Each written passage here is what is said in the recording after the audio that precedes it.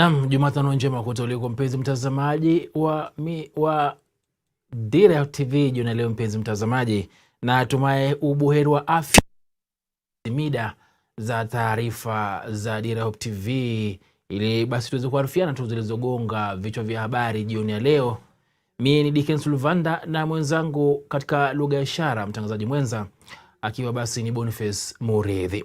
Naam, tuanze na taarifa ya kwanza ambapo mahakama ya Nairobi imeruhusu idara ya upelelezi DCI kumzuilia kwa siku 21 mshukiwa wa miaka 16 anayetuhumiwa kumuua Eric MAIGO ambaye ni kaimu mkurugenzi wa uhasibu katika hospitali ya Nairobi Hospital. Mshukiwa huyo mtoto wa kike alionekana kwenye video ya CCTV akiruka ua lililozingirwa na nyaya za usalama baada ya mauaji ya MAIGO juma moja lililopita Septemba 15. Alitiwa mbaroni jana Jumanne eneo la Olympic Kibra, mita chache tu kutoka mtaa wa Woodley ambako MAIGO alikuwa akiishi. Polisi wanasema kuwa wanahitaji siku 21 kufanikisha uchunguzi. Investigation is a very serious one. There is need to have investigations conducted properly, and for this reason I will allow the application by the investigating officer to hold the suspect for 21 days and she be taken to hospital for treatment. We mentioned this matter before this court on the 18th of October. Also, we need to take her fingerprints, despite the fact that she is claiming to be a minor, but to get an expert report on that.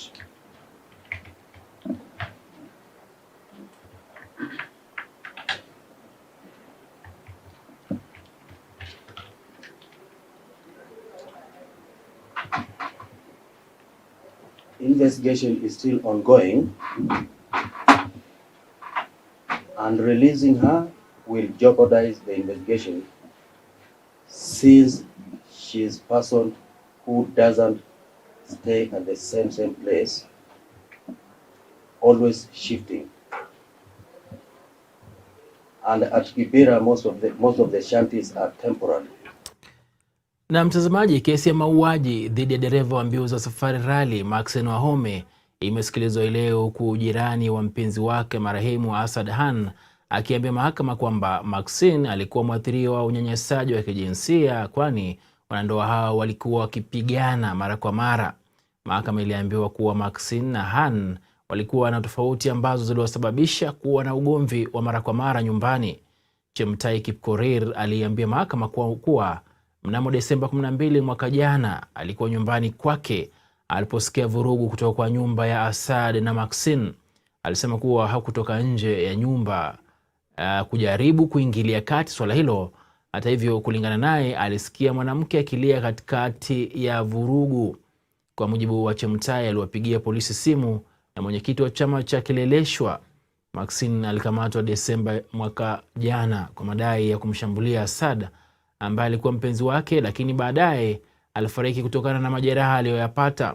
Na Machi mwaka huu Maxine alishtakiwa kwa mauaji ya Asad, lakini alikanusha mashtaka ya mauaji akidai kuwa ana hatia na kwamba Asad alikufa kutokana na majeraha ya kibinafsi. Kesi hiyo bado inaendelea mahakamani.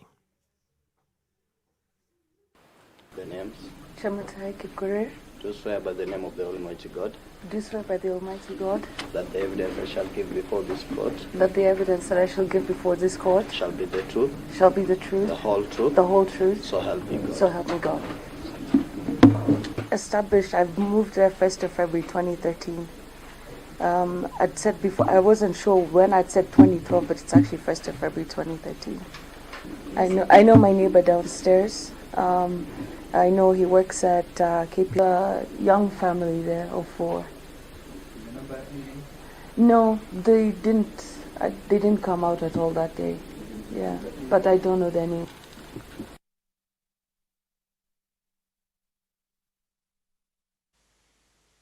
Na bodi ya usajili wa wakala wa majengo ya kupangisha au kukodi inataka mswada wa udhibiti wa majengo ya 2022 urekebishwe. Mswada huo ambao Anchesang unanuia kulainisha sekta hiyo inayokabiliwa na watapeli. Chini ya udhibiti huo, mawakala wa majengo ya kupangisha watahitajika kutowezesha uuzaji au ukodishaji wa sehemu yoyote ya ardhi ghorofa au jengo katika mradi wa majengo ya kupangisha ambao haujasajiliwa kwa mujibu wa mswada huo. Mwanahabari wetu Kennedy Kimani ana taarifa hiyo kwa ukamilifu. Takriban wiki mbili baada ya mswada wa udhibiti wa majengo ya kupangisha ya mwaka 2023 kuchapishwa katika gazeti la Kenya, bodi ya usajili wa mawakala wa majengo ya kupangisha imejitokeza hadharani ikitaka mswada huo uundwe upya. Kulingana na mwenyekiti wa bodi hiyo Eunice Masharia, bodi hiyo haikushirikishwa vyovyote wakati wa kutayarisha mswada huo. There is potential for inefficiency in jointly regulating the real estate agents and property developers. The process of regulating the two calls for different processes and consideration, and imposing a one-size-fits-all regulatory framework will terribly fail. The board therefore strongly recommends that a proposed bill should be redrafted to concentrate on regulating developers and land buying companies, and the regulation of the professional real estate agent should remain as currently contained in the Estate Agents Act 533. Hata hivyo, bodi hiyo imekashifu vikali pendekezo la kudhibiti wataalamu wa mawakala wa majengo ya kupangisha pamoja na kampuni za ununuzi wa ardhi. Regulating professionals have to be done by other professionals, because how will you know as a non-professional when you have brought a case of misconduct? How will you be able to take that professional through a disciplinary process? Mswada huu ambao unafadhiliwa na seneta wa Trans Nzoia Alan Chesang unanuia kulainisha sekta hiyo inayokabiliwa na watu wasio waaminifu. Chini ya mswada huo, mawakala wa majengo ya kupangisha watatakiwa kutowezesha uuzaji au upangishaji wa sehemu yoyote ya ardhi, ghorofa au jengo katika mradi wa majengo ya kupangisha ambao haujasajiliwa. Kwa vile imepropose kwamba estate agent na huyo developer wakuwe wanaregulatiwa kwa bill moja, hiyo sio sawa. Juu estate agency ni profession. Ni profession ya kwamba mwenye anafanya estate agency anaenda shule kusomea hii kazi ya estate agency. Developer anahitaji tu pesa. Akiwa na pesa atapata shamba, anunue, agawe, auze. Kennedy Kimani, Dira ya Hope TV, Nairobi. Naam, mtazamaji, serikali imetekeleza mageuzi katika sekta ya kilimo na mifugo ili kuboresha uchumi wa taifa hili.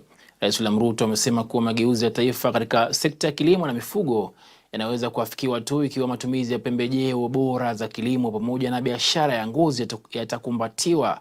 Ruto alisema hayo wakati wa ufunguzi wa maonyesho ya kilimo ya kila mwaka ya biashara ya ASK katika almaarufu Nairobi International Trade Fair katika kaunti ya Nairobi, akiwa basi na baadhi ya viongozi wengine basi ambao waliandamana nao ni kama vile gavana wa Nairobi Johnson Sakaja, mkurugenzi mkuu wa ASK Annabel Kirenya, ambao walihudhuria hafla hiyo na kuelezea safari ya mageuzi katika sekta ya kilimo, mifugo na biashara. Maonyesho ya ASK yaliyoanza Jumatatu wiki hii yatakamilika Oktoba mosi, ambapo ni Jumatatu juma lijalo. Protecting our foreign exchange and insulating us from vulnerability to international price shocks. At the same time, we remain most globally competitive in agriculture, both in traditional crops like tea, coffee, cut flowers, and vegetables, as well as emerging export crops such as macadamia and avocado. This means that transforming agricultural activity will turn around our balance of trade through increased exports. It is the reason why, as the Governor of Nairobi said, we are expanding the footprints of markets across Kenya. Apart from the markets we are building in the city of Nairobi, we are building another 400 markets in rural areas in Kenya and 47 county aggregation and industrial parks. This will serve as outlets for our farmers. And these facilities will not only have storage, it will also have cold rooms. It will also have value addition infrastructure. And it will also have common user facilities for people in the space of agro-processing and value addition so that we can not only create jobs, we can also add value to our products, increase incomes for our farmers, and eliminate wastage. Because when we provide storage and cold rooms, we eliminate post-harvest losses that come as a result of wastage that accompanies infrastructure that is not sufficient for our farmers to use to protect themselves from unnecessary losses. Na mtazamaji, mkuu wa mawaziri Musalia Mudavadi ameelezea wasiwasi wake kufuatia kukosekana kwa tume ya uchaguzi IEBC iliona makamishna wanavyohitajika kisheria na kusema kunaleta hatari kubwa katika demokrasia ya taifa hili. Akizungumza mjini Nakuru wakati wa warsha ya ushauri ya taasisi ya sheria na utawala ya uchaguzi ya Afrika kuhusu ajenda ya mageuzi ya sheria za uchaguzi baada ya uchaguzi, Mudavadi alisema kuwa taifa linahitajika mabadiliko ya kikatiba ambayo yatakuza mchakato wa usimamizi wa uchaguzi. Kutokana na hali hiyo ya kisiasa humu nchini, alisema kwamba ni muhimu majadiliano ya mageuzi ya sheria za uchaguzi yaanze mara moja na kwamba kutungwa kwa sheria muhimu za uchaguzi kufanyike angalau miezi 12 kabla uchaguzi mkuu wa 2027. Ikumbuke kuwa tume ya uchaguzi humu nchini IEBC haina makamishna baada ya mwenyekiti Wafula Chebukati na wenzake wawili kustaafu mapema mwaka huu na makamishna wengine kujiuzulu na mmoja wao kufutwa kufuatia mgogoro wa uchaguzi wa Agosti mwaka jana. The percentage of Kenyans who have confidence in the honesty of elections declined from 58% in 2015 to only 35% in 2021. And please remember, even as the results, controversial as they were, 8 million Kenyans refused to vote out of the those registered. That should make it clear to everyone that we have to rethink IEBC, and in good time. Time is, of course, Morio, extremely of the essence. I submit that reconstitution of IEBC is a matter of grave national interest, and we should approach it as such. Another area under consideration at this forum is equally of great concern, not just to Azimio la Umoja One Kenya Coalition Party, but to our country as a whole. The growth or otherwise of our democracy is heavily dependent on the kind of election management body we evolve and the rules we put in place with regard to financing of elections. Yes, that's good.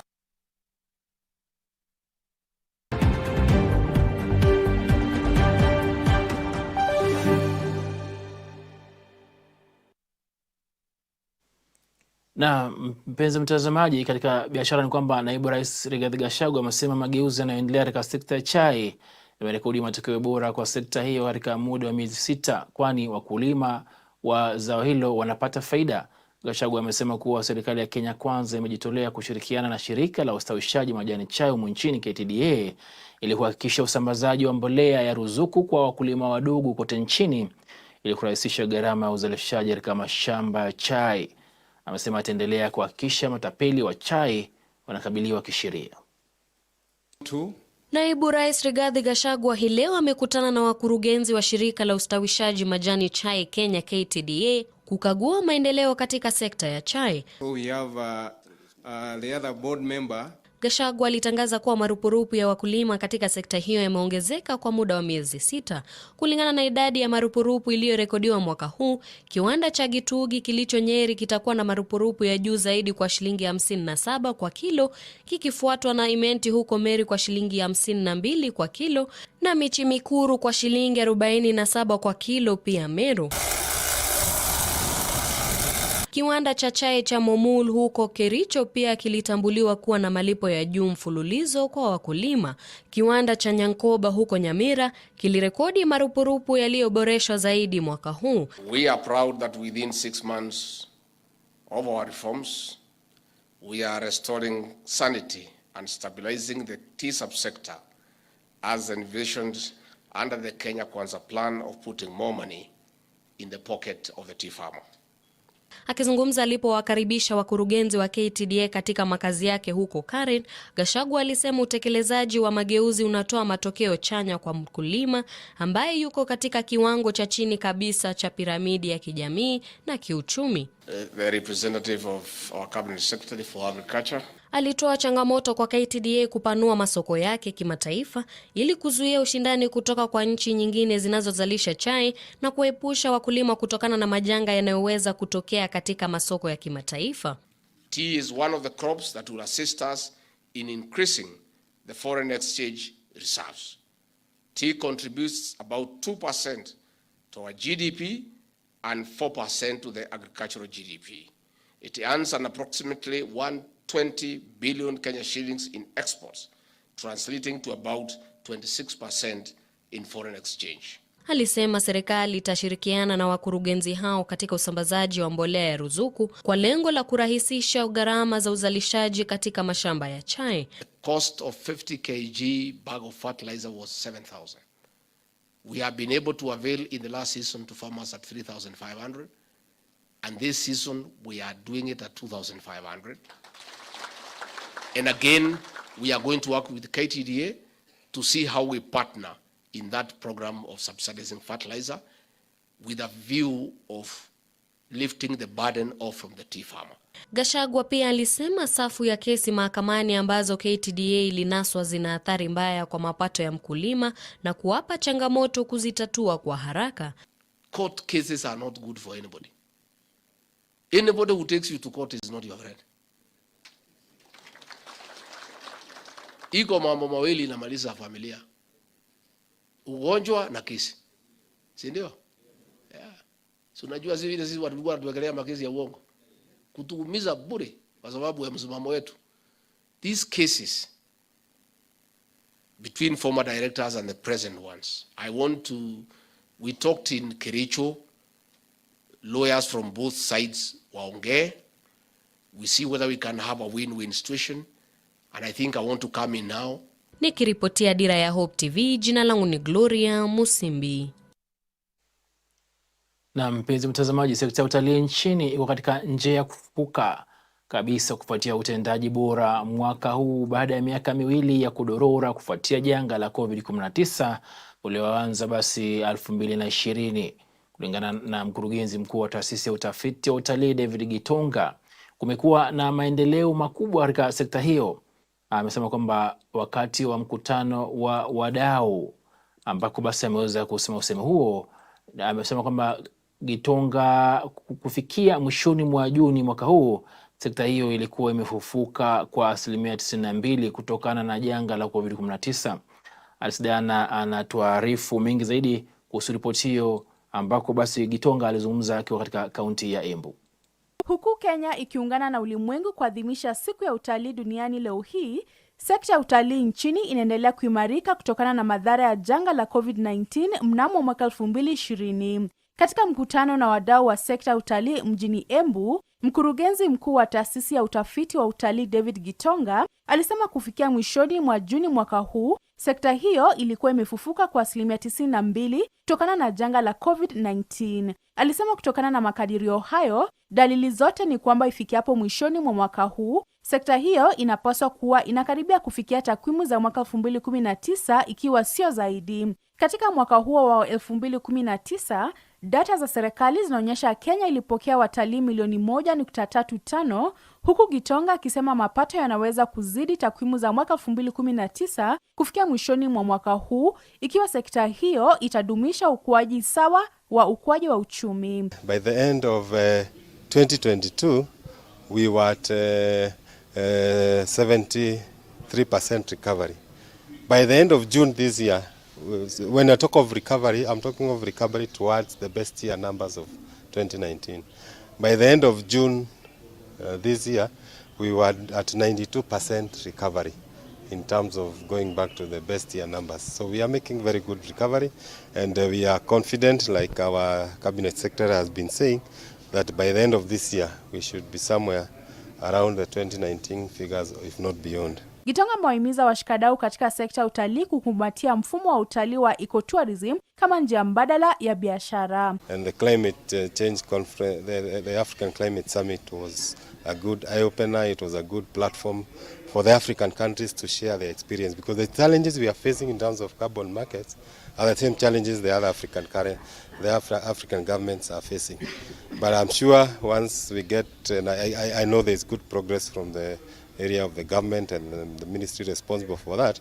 Once we get there, we will be able to, it will be one of the ways to mitigate against human-wildlife conflict, because it could create other revenue streams for communities that are responsible for conserving our natural areas. Mkuu wa mawasiliano wa bodi ya utalii ya Kenya KTB Wausi Walia alisema utalii lazima uendelee kutazamwa kama shughuli za kiuchumi zinazolenga kuboresha maisha ya jamii. Alibainisha kuwa sekta binafsi ni moja ya majukwaa muhimu ambayo hutoa miundombinu ya utalii kustawi. The private sector is one of those platforms. It's actually the key platform that provides infrastructure for tourism to thrive. They own the hotels, they own the aircrafts, they own the restaurants, they own the bars. They own every other infrastructure that tourism then grows. And so we are here to interact with them, to give them information that is helpful and that makes their businesses easier in terms of the various mandates that we are in. Kwa upande wake, afisa wa shirikisho la utalii nchini Kenya Susan Ongalo alisema kuna haja ya wadau wote wa sekta binafsi chini ya mwavuli wa mashirikisho ya utalii nchini kuzungumza kwa sauti moja ili kuboresha urahisi wa kufanya biashara na kukuza sekta hiyo nchini. Mchango haswa wa Kenya Tourism Federation na private sector, tukiangalia sisi ndio ambao tunayo ile product. Kwa hivyo tunaweza sema hata tukiangalia nambari watalii ambao walifanya kuja nchini mwaka jana, tulikuwa tunatoka pale kwa COVID. Kama hatungeongelelea jambo la tourism tukiwa kwa chini ya umbrella na kuambia serikali leteni facilitation ambayo itawezesha watalii watoke kule wanatoka wakiwa na confidence ya kuja nchini. Kwa hivyo kama hatungefanya hivyo, hatungeweza kupata zile nambari milioni 2 na kupita juu. Alice Diana, Dira ya Hope TV.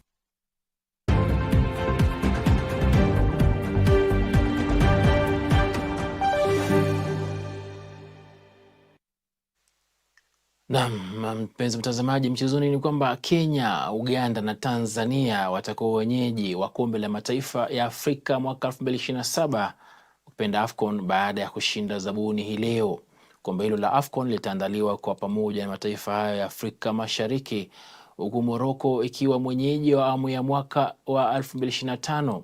Mataifa hayo yameshinda Misri, Senegali, Botswana na Algeria ambao walijiondoa kwenye kinyang'anyiro hicho siku 2 kabla ya kutangazwa rasmi kwa wenyeji wa mashindano hayo. Basi hii inamaanisha kuwa Kenya, Uganda na Tanzania tayari wamefuzu moja kwa moja kwa toleo la mwaka wa 2027 kama wenyeji wa mechi hizo za AFCON. Can the Vice President stand up as well? Okay. So the country that EXCO has voted for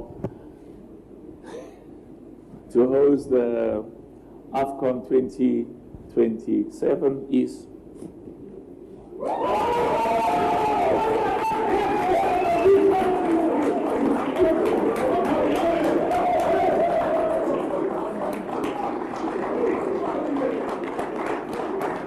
well, we have to show, okay?